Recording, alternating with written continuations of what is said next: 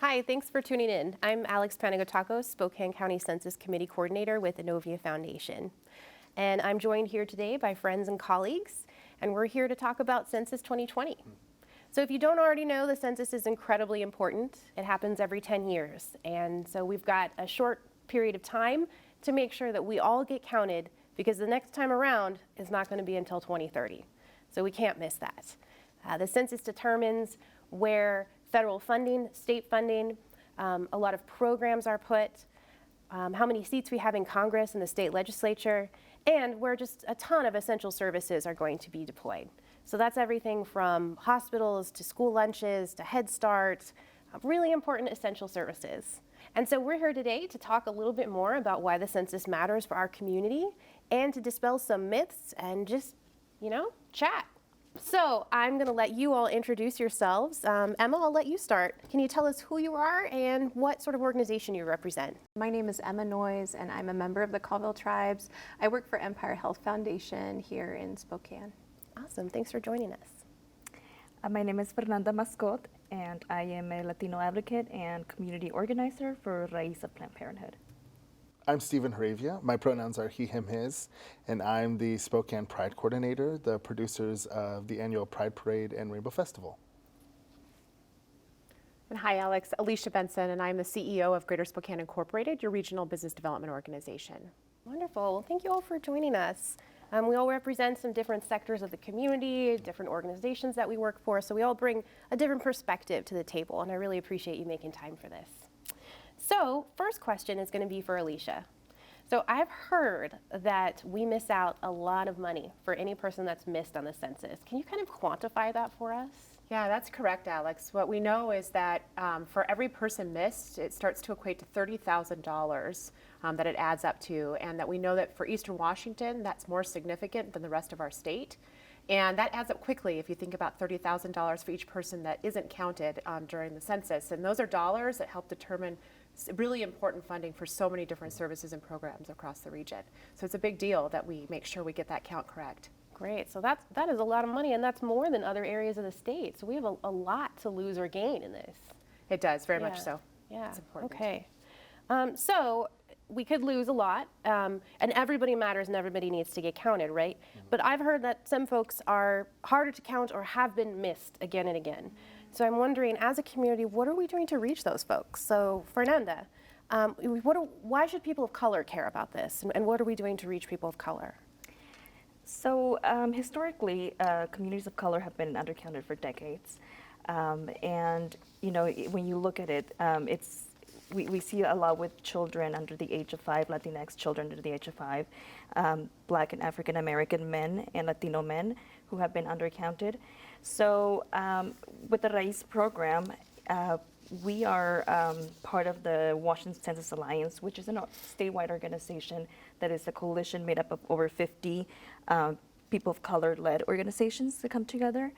And we have developed this program, which is called the Trusted Messenger Program, where we identified trusted messengers from the community that will go out in the community and do census outreach, education, and work.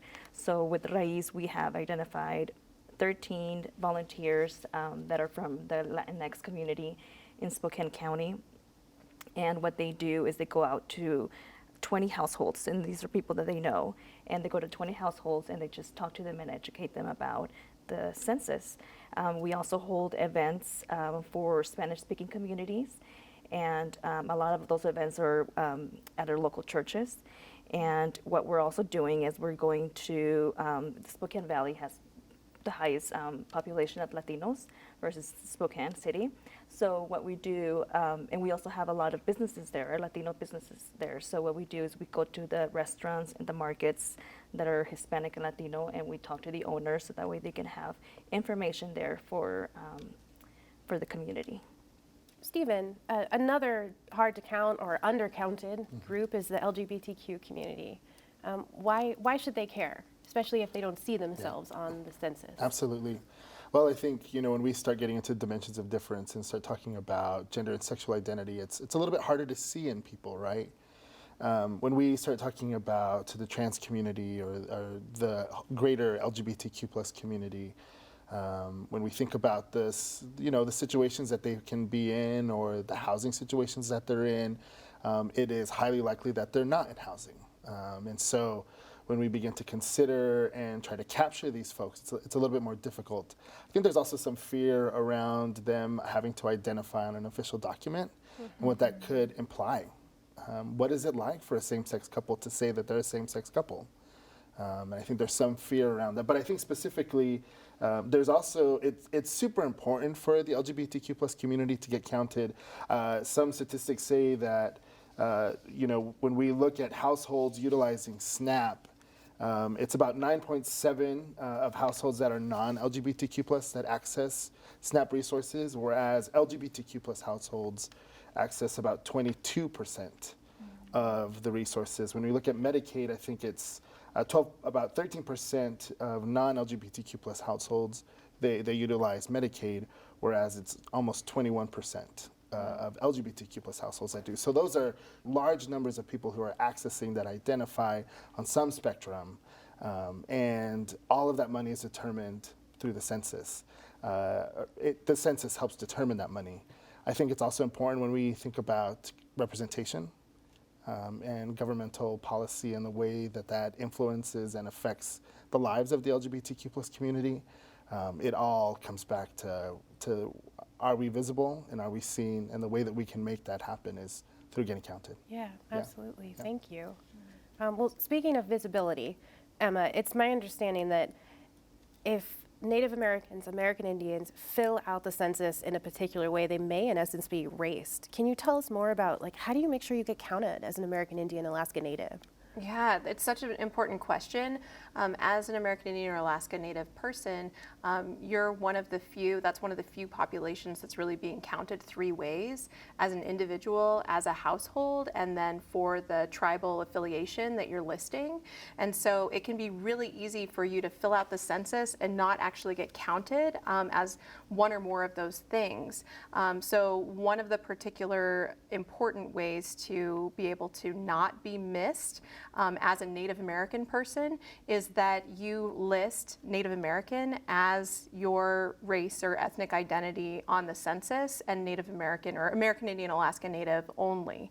Now there's many folks in our community that are multiple races that come from a mixed ethnic background, but that identify most with being a Native American or Alaska Native person. And so if you do not indicate that you are Native American only, you get kicked over into essentially the two or more races category, and then are really lost to the data in terms of being counted as a Native person.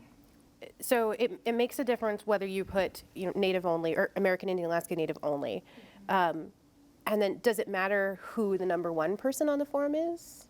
Such, again, a really important question. So when you're filling out the census, you'll see that there's that number one person or head of household in the census. And so it's really important that if there is a head of household or a person in the home that is Native American, to indicate them as the head of household. And that way you are actually counted as a Native American household. If you put, so for example, my background is I have a Native American father and Danish immigrant background mother. If we were just to have my mother listed as a head of household, this would no longer be a Native American household, even though my parents, one of them is Native American and their child is Native American. What if you are a single mom and your child is Native American and you're white, let's say? Can you put the child, even though they're definitely not the head of the household, as the number one person? You are able to indicate that that's the head of household. Great. Okay, that's really good to know. I think I don't know how many people know that, but that makes a big difference. And that's the only racial or ethnic group whose funding and identity is so tied to exactly how you fill that out, right? It's really true, and it actually brings up another important point. So you will get asked an additional question after you indicate that you are American Indian or Alaska Native, and that is your tribal affiliation. And that's actually a write-in portion, so you will be, if you're filling this out online, you'll be typing that in. If you're physically writing, you'll be writing it in. And we really strongly urge everyone to be able to use the exact exact way that your tribe that you're listing is the exact kind of spelling or name of that tribe that's on the Bureau of Indian Affairs kind of website. That's the easiest way to be able to look up exactly what you would want to have on there. So for example, I'm a member of the Confederated Tribes of the Colville Reservation, but it would be really easy for me to list Colville Confederated Tribes or maybe the specific tribe or band that I am from. But really, in order to ensure a more robust set of data with regards to our American Indian Alaska Native population, it's ideal to be able to have that spelling that is the same tribe listed under BIA. However, if you come from a tribe that's not federally recognized or not state recognized, feel free to be able to type that in and spell it as however you are preferring to spell it. Okay, good to know. Thank you. This is the first census where they're going to be asking us to respond online, right? And I think that's great for some populations. You know, some generations are going to totally dig that. And for some, it's going to be a real barrier. So if, for whatever reason, for that reason or some other reason, we have an undercount, Alicia, can you tell me, like, how could that impact our local businesses? Because we talk a lot about, you know, funding for schools and after-school programs and healthcare and housing, but are businesses kind of on their own and they're going to be just fine if there's an undercount? No, I think that's a great question, and I think it impacts business in a lot of different ways. I think it's really important that people understand that the census drives funding for so many different programs and services and infrastructure investments in our communities. And we know off of the last one, we're sitting somewhere around 55 different programs in the state of Washington that are funded based upon census count types of data. And that's just the federal programs, not even the state programs. And what happens is that those are programs, whether you look at it at Head Start, child care programs, WIC, SNAP, services that a huge amount of our population needs to access every day to meet their basic needs. And those are people who are coming to work every day in our companies and organizations. And if their basic needs aren't able to be met, they're not being counted, we're not able to have the services that they need to be able to ensure that their family's, you know, getting fed every day or has a safe place for their child to go, that impacts our workforce at a very basic level. At the same time, we also know that a lot of the training programs, we are living in an era where some kind of post-high school training is essential for almost any job, and a huge number of our workforce training programs and things like Pell Grants and the federal loan programs are all funded in part by by funding driven by the data from the census. Those things matter and how people get training and the skills to be able to enter and maintain a position in the workforce. And then the third thing I'd say is that it's also about infrastructure. When you look at the types of programs that are funded, there are things around roads and clinics and things that meet basic services for our community, create the transportation. We're a region where people commute in a very large area to be able to access an urban area like Spokane and the services that we have here. And there are programs through the highway funds that are funded through census as well. So it has a lot. It's a very layered, but it impacts business every single day, both in the people that show up and how we move our products and goods across the region. Right on. Wow, I hadn't thought about that. The fact, I mean, we do have to drive a lot in this region to get where we're going, right? One other thing I think that might impact businesses is not only are their workers, you know, maybe not getting their essential needs met if they're missed on the census and don't have the support they need, but if they don't have, you know, money in their pocket, that's money that would be going to a business. They have to buy things for themselves. And Correct. Yeah. So we were looking at the worker side. It's reversed too. Yeah. I mean, if you think about our economy and the types of services that people purchase and goods, and even, you know, going to the supermarket, all of those things are impacted if somebody's you know, paycheck is impacted, and we see that in lots of different ways already. And so all of those things matter, and how we ensure that people have the supports to be able to meet their basic needs and purchase goods from our companies and go to work every day and all of those things. Yeah, it's all interconnected, isn't it? So we've talked a lot about funding, but there's also another element to this, which is our representation in government, right? So Fernanda, can you tell us a little bit about, you know, why would it matter if we lost a seat in Congress, let's say? So representation should reflect our communities.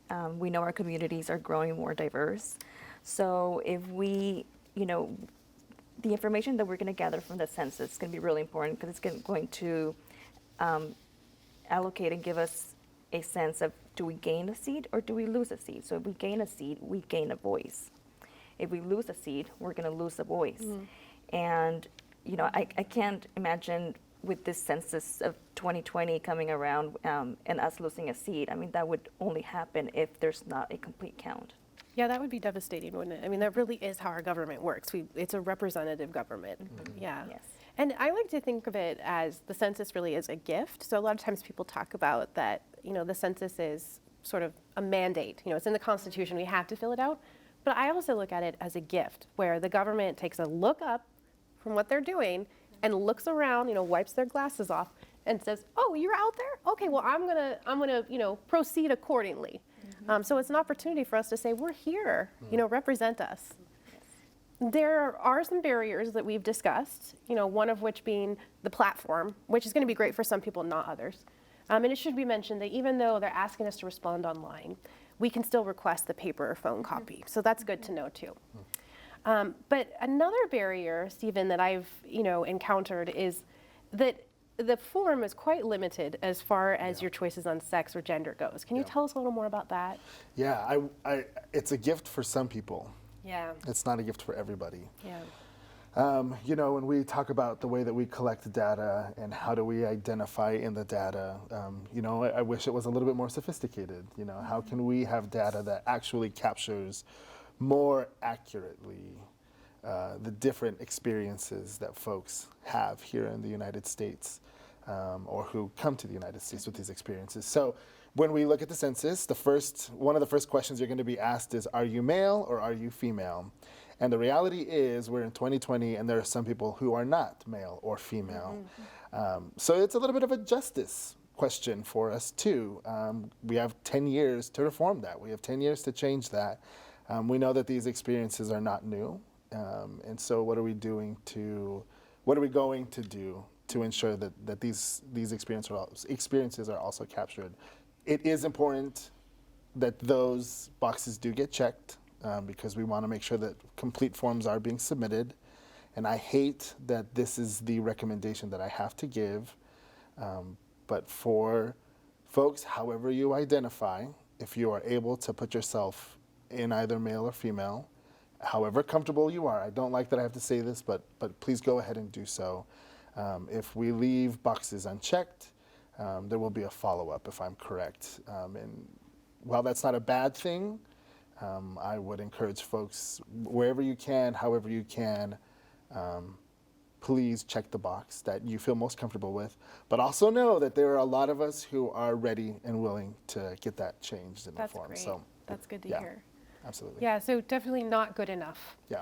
But you mentioned earlier that for the LGBTQ community, there is perhaps more at stake. Absolutely. You know, and this is true for some other communities as well. But, Absolutely. but it sounds like, from what I understand, you could leave it blank, but you might that might trigger a non-response follow-up, Yeah, meaning someone might come to your door. Right. So that's good because we can tell people, you know, here's what we know, and it's up to you. We are empowering you to make the decision Right. that's best for you. Right. I think another one of the barriers might be the security of the census. So if I fill this out, is it going to be kept confidential? Is my information anonymous? Fernanda, what can you tell us about that? How assured can we be that our information is safe? Well, under the federal law, the Census Bureau cannot give any information, any of your personal information, to any agency, and that includes, because I know this was a big concern with my Latinx community. They cannot share any information with Department of Homeland Security. They cannot share any information with Border Patrol, Immigration Customs Enforcement.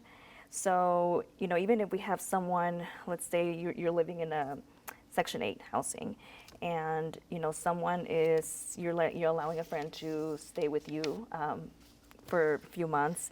So if that person is sleeping on your couch, you would go ahead and count that person. So you would count everyone in your household, and that information is not going to leave. It's not going to be given to your landlord. It's not going to be given to the agency.